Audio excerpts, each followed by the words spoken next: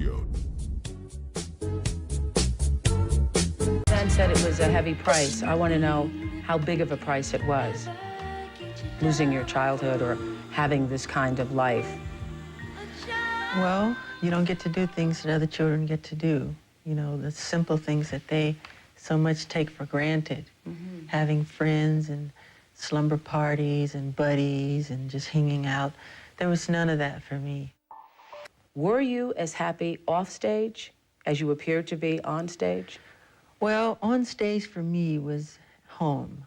Mm-hmm. I was most comfortable, and still most comfortable, on stage. But once I got off stage, I was like very sad. Really? Yes.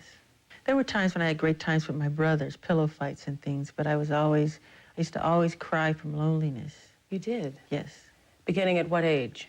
Oh, very little, 8, 9. When you all first became famous? Yes. So it wasn't what it appeared to be to the rest of the world, all of us. I remember I was a little black child, wanted to marry Jackie Jackson, your brother. So, I mean, to all of us, we thought this was the most wonderful thing in the world. Who wouldn't have wanted that life? It is wonderful, and there is a lot of wonderment in being famous. I mean, you travel the world, and you see things, you meet people, you go places. It's great, but then there's the other side. I would do my schooling, which was 3 hours with a tutor. Then right after that, you know, I'd go to the recording studio and record, and I'd record for hours and hours till it's time to go to sleep. So it'd be nighttime, and I remember going to the recording studio. There was a park across the street, and I'd see all the children playing, and they'd be rooting and making noise, and I would cry. It'd make me sad that I would have to go and work instead. Was there ever a place where, because, you know, children, you know, I remember playing games and talking to myself and playing with my dolls and all that. Was there, and I think every child needs a place to escape into a child's world, into a child's imagination. Was there ever a time you could do that? No, and that is why I think now, because I didn't have it then, I compensate for that. Really? I mean, when people wonder why I always have children around, because I find the thing that I never had through them. You know, Disneyland, amusement parks, arcade games.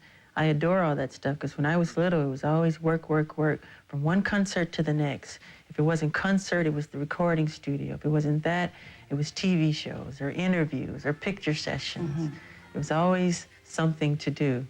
So here you were, Michael Jackson, with hits. You all had so many hits, 4 hits in a row, and you were crying because you couldn't be like other kids.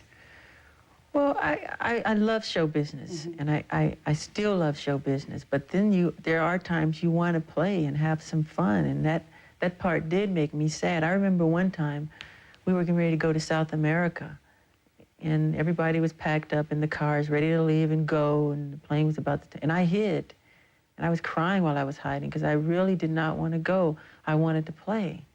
I did not want to go.